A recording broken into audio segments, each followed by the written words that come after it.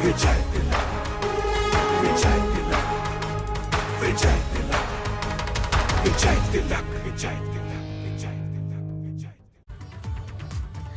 Break के बाद एक बार फिर से आप सभी का बहुत स्वागत है। सबसे बड़ा एग्जिट पोल हमने दर्शकों के सामने रख दिया है। देखिए, लगातार हम अलग अलग हिस्सों की बात कर रहे हैं। उत्तर प्रदेश के पश्चिम, पूर्वांचल, अवध, बुंदेलखंड के आंकड़े क्या कह रहे हैं, एग्जिट पोल में क्या दिखाई दे रहा है, लगातार जानने की हम कोशिश कर रहे हैं। सबसे पहले एक बार फिर से आपको दिखाते हैं पश्चिम यूपी की क्या है पूरी तस्वीर। यहाँ पर कौन सी पार्टी बाजी मार रही है, देखिए आपके सामने ये आंकड़ा है। भाजपा गठबंधन को एक बार फिर से बताएं, आपको 67 से 71 सीटें मिलने का अनुमान है। 136 यहाँ पर कुल सीटें हैं।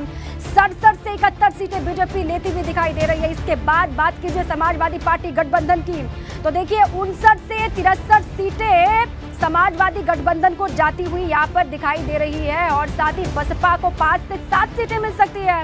और कांग्रेस की बात कीजिए, कांग्रेस को यहाँ पर 0 से 1 सीट पर ही संतोष करना पड़ सकता है और अन्य को भी 0 से 1 सीट पर ही संतोष करना पड़ सकता है।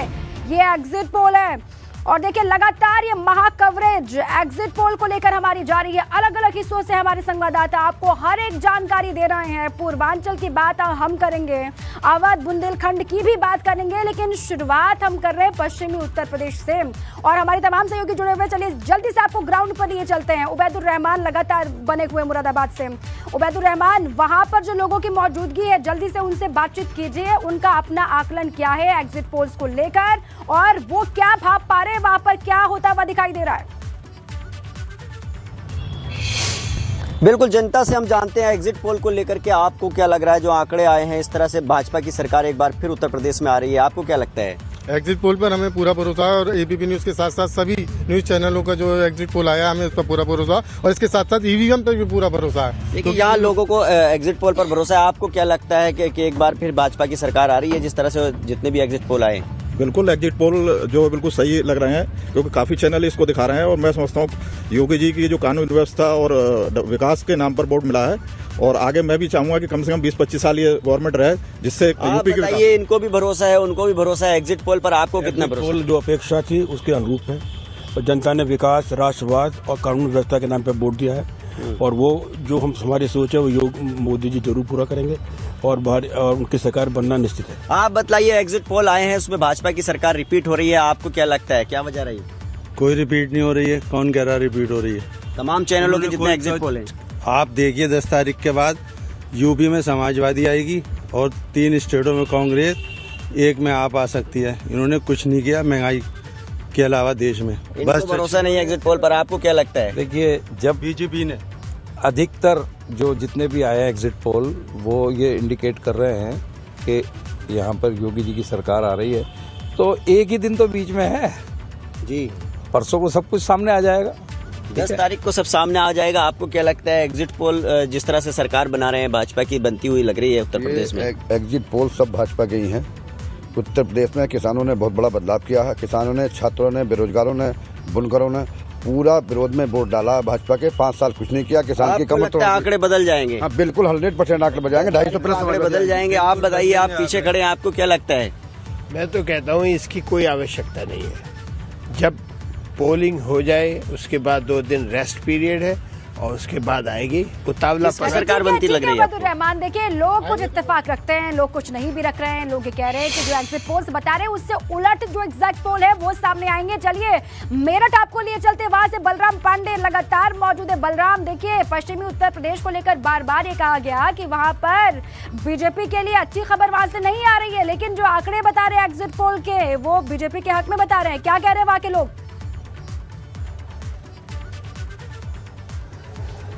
बिल्कुल, जिस तरीके से किसान आंदोलन पश्चिमी उत्तर प्रदेश में चला है उसको लेकर के कई अटकलें लगाई जा रही थी कि क्या आखिरकार पश्चिमी उत्तर प्रदेश में बीजेपी 2017 का इतिहास दोहरा पाएगी या नहीं दोहरा पाएगी। लेकिन जिस तरीके से एबीपी गंगा और सी वोटर के एग्जिट पोल ने भारतीय जनता पार्टी को बहुमत से सरकार बनाने के संकेत दिए हैं। वो कहीं ना कहीं जो दावे थे कि किसान आंदोलन कहीं ना कहीं पश्चिमी उत्तर प्रदेश में एक बड़ा घात कर सकता है भारतीय जनता पार्टी के खिलाफ, तो कहीं ना कहीं वो जो आंदोलन था उसका असर पश्चिमी उत्तर प्रदेश में देखने को नहीं मिल रहा है। लेकिन जो हमारे साथ लोग मौजूद हैं, हम उनसे जानने की कोशिश करेंगे, क्योंकि पश्चिमी उत्तर प्रदेश एक अहम भूमिका में है इस बार के चुनाव में। क्या कहेंगे? जो सर्वे में आ रहा है कि भारतीय जनता पार्टी की सरकार बनती हुई नजर आ रही है, क्या लगता है सर्वे सही है या फिर आपको कुछ और नजर आ रहा? ये सर्वे से भी ज्यादा सीट मिलेंगी भाजपा सरकार को, क्योंकि सुरक्षा सबसे बड़ा मुद्दा रहा है और विकास। हमने सुरक्षा और विकास में वोट किया और बीजेपी की सरकार 300 के पास जाएगी। यानी सुरक्षा और विकास बड़ा मुद्दा था, किसान आंदोलन पश्चिमी उत्तर प्रदेश में मुद्दा नहीं रहा इस बार। किसान आंदोलन का कोई मुद्दा नहीं रहा और जैसे सर्वे दिखा रहा है 240 से 280 के बीच सीटें आने वाली हैं और विकास की गंगा बही है योगी जी के राज में और महिलाओं ने अपने आप को सुरक्षित महसूस किया है। मैं उन्हें अग्रिम शुभकामनाएं देता हूं योगी जी को सरकार। महिलाओं की अगर आपने बात की है तो हम महिलाओं से ही जान लेते हैं कि आखिरकार महिलाओं ने किन मुद्दों पर मतदान किया है और क्या कहते हैं कि योगी जी की सरकार दोबारा बन रही है या फिर कुछ और है आपके दिमाग में? योगी जी की सरकार फिर से बनेगी। जो महिलाएं भी इसमें बीजेपी सरकार में सुरक्षित रही हैं। पहले महिलाएं बाहर नहीं जा पाती थी, गर्ल्स बाहर नहीं जा पाती थी, आए दिन ज्वेलरी छीनी जाती थी, लेकिन वो सब लोग सेफ हैं। आप बताइए, आप क्या कहेंगे? किसान आंदोलन इस बार पश्चिमी उत्तर प्रदेश में मुद्दा रहा है या फिर कुछ और मुद्दे थे जिनको लेकर के लोगों ने मतदान किया? मतदान क्या, महंगाई बहुत है मतदान, और महंगाई इतनी बढ़ गई है, बेरोजगारी और महंगाई दो चीजों के लिए हमारी पब्लिक। आप ये बताइए कि सरकार बीजेपी की बनती हुई नजर आ रही है, जो वो एग्जिट पोल सही है? अलग अलग हिस्सों में लगातार जहां से भी लोग अपनी बात रख रहे हैं, महंगाई, बेरोजगारी, कानून व्यवस्था, ये तमाम बड़े मसले हैं और इसी आधार पर लोगों ने वोटिंग भी की है। देखिए अब लोगों का एग्जिट पोल क्या है वो भी लगातार हम जानने की कोशिश कर रहे हैं। आप रहिए हमारे साथ। पश्चिमी उत्तर प्रदेश की बात हमने कर ली है, वहां के आंकड़े बता दिए हैं। देखिए अब बारी है अवध क्षेत्र की। सबसे बड़ा मसला यहाँ पर राम मंदिर का रहा और अवध क्षेत्र की बात यहाँ पर देखिए 118 सीटें, भाजपा को 77 से 81 सीटें मिलने का यहाँ पर अनुमान है, ये हमारा एग्जिट पोल कहता है। समाजवादी प्लस को 33 से 37 सीटें मिलने का अनुमान है, साथ ही बसपा को 2 से 4 सीटें मिलने का अनुमान है। कांग्रेस को यहाँ पर 101 से 2 सीटें मिलती हुई दिखाई दे रही हैं और अन्य को भी 0 से 1 सीट मिलने का अनुमान यहाँ पर है। देखिए 118 सीटें अवध में है और ये एग्जिट पोल का आंकड़ा आपके सामने हम रख रहे हैं। यहाँ पर भी बाजी मारती हुई दिखाई दे रही है भारतीय जनता पार्टी। अवध में जिस तरीके से प्रचार भी किया भाजपा ने, उसका असर यहाँ पर दिखाई दे रहा है, लेकिन ये महज एग्जिट पोल है। लेकिन एग्जैक्ट पोल में क्या होगा 10 तारीख को वो तस्वीर साफ होगी। एक बार फिर से देखिए 77 से 81 सीटें भाजपा प्लस को, भाजपा गठबंधन को जाती हुई यहाँ से दिखाई दे रही है। 118 में से सपा प्लस को 33 से 37 सीटें मिलने का अनुमान है, साथ ही बसपा को 2 से 4 सीटें मिलने का अनुमान है, कांग्रेस को 1 से 2 सीटें और साथ ही 0 से 1 सीट अन्य को दिखाई दे रही है जाती हुई। देखिए अनुभव लगातार बने हुए लखनऊ से अवध क्षेत्र में सबका जोर रहा अनुभव और अवध को कहा जाता है यूपी का दिल। अब अवध में बीजेपी एक बार फिर से यहाँ पर भी बाजी मारती हुई दिखाई दे रही है। वहां के लोग संतुष्ट हैं इस एग्जिट पोल से और उनका अपना आकलन क्या है?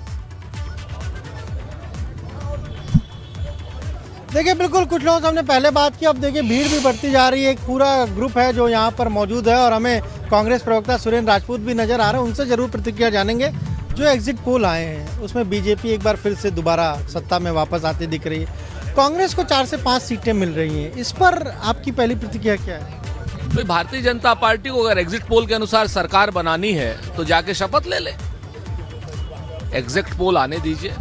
सच बात यह है कि जनता भारतीय जनता पार्टी के मुखालिफ है। बेरोजगारी और बेरोजगारों ने वोट दिया है, महिलाओं ने अपने सम्मान के लिए वोट दिया है, किसानों ने अपने अपमान का बदला लेने के लिए वोट दिया है।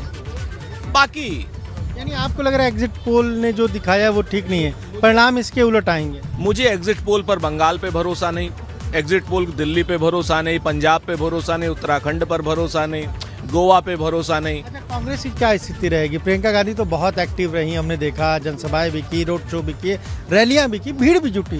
क्या वो वोट में कन्वर्ट हो पाएगा? क्योंकि एग्जिट पोल के हिसाब से 4 से 5 सीटें मिल पा रही जो 2017 से भी कम है। देखिए जनता जनार्दन है, हम लोगों के बीच में रहे। श्रीमती प्रियंका गांधी जी के नेतृत्व में पूरी कांग्रेस के 18,000 कार्यकर्ता गिरफ्तार हुए, गांव-गांव गए, पांव-पांव गए, नगर-नगर गए, डगर-डगर गए। तो जनता के बीच में श्रीमती प्रियंका गांधी जी की आवाज गई, लड़की हूं लड़ सकती हूं की आवाज गई।